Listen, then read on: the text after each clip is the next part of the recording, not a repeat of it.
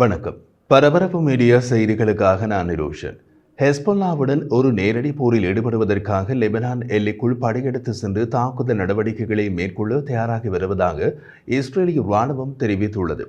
இஸ்ரேலிய தலைமை தளபதி ஹெர்சி ஹெலேவி இஸ்ரேலிய பாதுகாப்பு படை IDF ஹெஸ்பொல்லாவுடன் போரிடுவதற்கு தயாராகிறது. மேலும் அரங்கிற்குள் அதாவது லெபனானுக்குள் சென்று தாக்குதல் நடத்தும் விதத்தில் படை நகர்வுகளுக்கு தயாராகிறது என்று கூறினார். வடக்கு இஸ்ரேலின் கோலன் பீடபூமியின் எல்லைகளில் உள்ள இஸ்ரேலிய ராணுவத்தின் 210வது டிவிஷனில் ஒரு சூழ்நிலை மதிப்பீடு மற்றும் சுற்றுப்பயணத்தின் போது அவர் போருக்கு தயாராகும் விஷயத்தை வெளியிட்டார். அத்துடன் ஹெஸ்பொல்லாவின் தாக்குதல் திறன்களை குறைக்கும் நோக்கில் இஸ்ரேலிய ராணுவம் செயல்பட்டு வருவதாக IDFின் தலைமை தளபதி ஹெர்சி ஹெலேவி அறிவித்தார். ஹெலேவி இஸ்ரேலிய ராணுவத்தின் வடக்கு கட்டளை தளபதி ஆரிகார்டின் 210வது பிரிவின் கட்டளை தளபதி பிஷி யாயர் பெலி மற்றும் கூடுதல் தளபதிகளுடன் இஸ்ரேலிய எல்லையில் நடந்த ஆலோசனை கூட்டத்தில் கலந்து கொண்டார். இந்த மதிப்பீட்டின் போது ராணுவ அதிகாரிகள் தாக்குதல் மற்றும் தற்காப்பு நடவடிக்கைகள், உளவுத்துறை உளவு தகவல் சேகரிப்பின் தடை மற்றும் கூறுகளை மேம்படுத்துதல் உட்பட்டவற்றை விவரித்தனர். இஸ்ரேலிய ராணுவ அதிகாரிகளின் கூற்றுப்படி ஹெஸ்பொல்லாவுடனான போரில் IDF மிகவும் கவனம் செலுத்துகிறது. கடந்த மாதத்தில் லெபனானுக்குள் நடத்தப்பட்ட தாக்குதல்கள், ஹெஸ்பொல்லாவின் தளபதிகள், செயற்பாட்டாளர்கள் அகற்றப்பட்டது, ஹெஸ்பொல்லாவின் ராக்கெட்கள் மற்றும் ராணுவ உள்கட்டமைப்பு அளிக்கப்பட்டது. இவை எல்லாமே மிக வழமைக்கு மாறாக மிக அதிகமாக இருப்பதாக நான் உணர்கிறேன் என்று ஹெலேவி கூறினார். இவை எல்லாமே ஒரு முழு அளவிலான போரை நோக்கி செல்லும் படிக்கட்டுகள். அதில் தான் நாம் இப்போது ஏறிக்கொண்டிருக்கிறோம் என்று அவர் தெரிவித்தார். அவர் மேலும் தெரிவித்த போது, இஸ்ரேலிய ராணுவத்தின் வடக்கு கட்டளை தளம் IDFின் அனைத்து திறன்களையும் கொண்டு லெபனானில் ஹெஸ்பொல்லாவின் பல தாக்குதல் திறன்களை அவர்கள் எங்களை தாக்குவதற்கு முன்பே தாக்குகிறது. அதே நேரத்தில் நாங்கள் லெபனான் அரங்குக்குள் தாக்குதல் நடவடிக்கைகளுக்கு தயாராகி வருகிறோம். கோலன் குன்றுகள் உட்பட வடக்கு இஸ்ரேலில் வசிப்பவர்களுக்கு ஏற்படும் அச்சுறுத்தல்களை குறைப்பதற்காக ஹெஸ்பொல்லா மீதான இந்த குறிப்பிடத்தக்க தாக்குதல்களின் கலவை நாங்கள் மிகவும் ஈடுபட்டுள்ள ஒரு தாக்குதலுக்கான தயார் நிலைக்கு மிகவும் முக்கியமானது என்று நான் நினைக்கிறேன் என்றார். இஸ்ரேலிய ராணுவத்தின் 11வது பெட்டாலியன் படைப்பிரிவின் துருப்புக்கள் வடக்கு இஸ்ரேலில் போர் தயார் நிலையை உறுதி செய்யும் நோக்கில் பல நாள் ராணுவ பயிற்சியை செய்து முடித்தனர் என்று IDF நேற்று வெள்ளிக்கிழமை அறிவித்தது.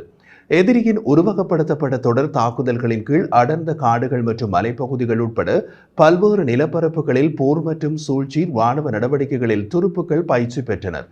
இந்த பயிற்சியின் ஒரு பகுதியாக எதிரியின் துப்பாக்கி சூட்டின் போது போர்க்களத்திலிருந்து காயமடைந்தவர்களை வெளியேற்றுவதற்கான நடைமுறைகளையும் துருப்புக்கள் பயிற்சி செய்ததாக ராணுவம் மேலும் கூறியது.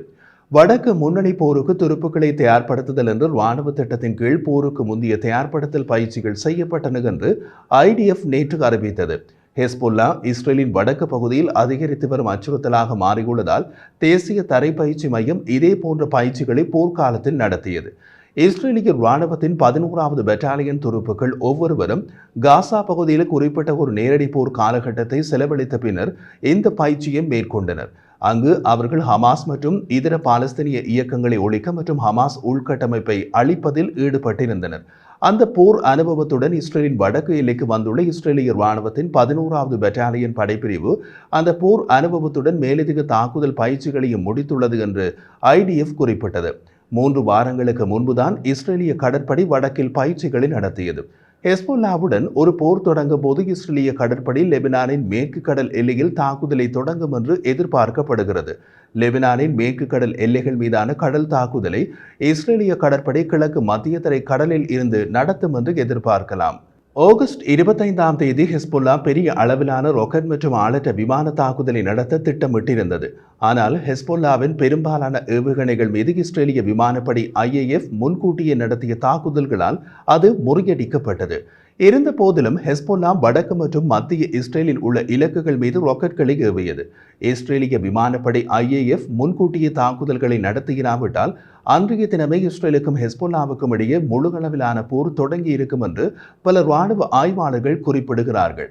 சரி, ஹெஸ்பொல்லாவின் ராக்கெட்கள் ஏவப்படுவதற்கு முன்பே இஸ்ரேலால் அளிக்கப்பட்டன என்றால் அன்றைய தேதியில் ஹெஸ்பொல்லா ஒரு பெரிய தாக்குதலுக்கு திட்டமிடுகிறது என்பது இஸ்ரேலுக்கு தெரிந்திருக்க வேண்டுமே.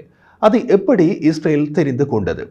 IDFின் ராணுவ உளவுத்துறை மற்றும் மூத்த பாதுகாப்பு அதிகாரிகள் ஹெஸ்பொல்லாவின் திட்டத்தை நன்கு அறிந்திருந்தனர். பெய்ரூட்டில் ஹெஸ்பொல்லாவின் மூத்த தளபதி ஃபுவாட் ஷுக்ரின் படுகொலைக்கு பதிலடி கொடுக்கும் விதத்தில் ஹெஸ்பொல்லாவின் திட்டமிட்ட பழிவாங்கும் தாக்குதல் ஆகஸ்ட் 25ஆம் தேதி வரும் என்பது பற்றி நீண்ட காலத்திற்கு முன்பே அறிந்திருந்தனர். அர்பாயின் என்ற நினைவு தினம் ஷியா இஸ்லாத்தில் அஷுராவுக்கு பின்னர் 40வது நாளை குறிக்கிறது.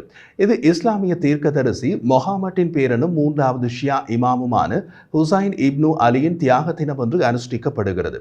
1300 ஆண்டுகளுக்கு முன்பு கர்பலா போரில் ஹுசைன் இப்னு அலி அவரது உறவினர்கள் மற்றும் அவரது சிறிய பரிவாரத்துடன் கொல்லப்பட்டார்.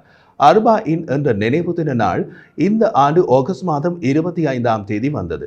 ஹெஸ்புல்லாவின் மிக உயர்ந்த இராணுவ அதிகாரம் மற்றும் நஸ்ரல்லாவின் நண்பரும் மிக முக்கியமான ஆலோசகருமான ஷூப்ரின் முக்கியத்துவத்தை வலியுறுத்த வரலாற்று மத அம்சங்களை பயன்படுத்த நஸ்ரல்லா இந்த நாளை, அதாவது ஆகஸ்ட் 25ஆம் தேதியை தேர்ந்தெடுத்தார் என்று கருதுவது நியாயமானது.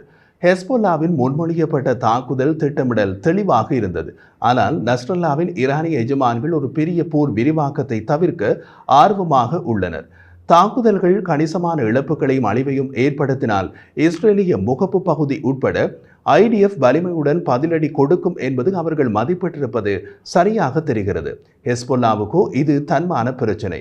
ஹெஸ்புல்லாவின் மூத்த தளபதி ஃபுஆட் ஷுக்ரின் படுகொலைக்கு பதிலடி கொடுக்காவிட்டால் நஸ்ரல்லாவின் தலைமை பதவியே கேள்விக்குறியாகிவிடும். அதனால் யார் என்ன சொன்னாலும் இஸ்ரேல் மீது பெரிய அளவிலான தாக்குதலை நடத்த நஸ்ரல்லா திட்டமிட்டார்.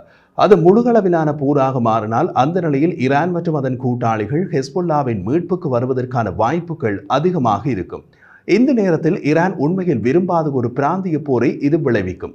டெஹ்ரானில் உள்ள அயத்துல்லாக்களுக்கு அத்தகைய போர் வெடித்தால் அவர்களின் பொருளாதாரம், அணுசக்தி வசதிகள் மற்றும் அவர்களின் ஆட்சியின் நிலைத்தன்மை என்னவாகும் என்பதை நன்கு அறிவார்கள். அமெரிக்க வான் மற்றும் கடற்படை படைகள் மற்றும் பிராந்தியத்தில் உள்ள அவர்களது கூட்டாளிகளின் வரிசைப்படுத்தல் வரைபடத்தை அவர்களால் பார்க்க முடியும்.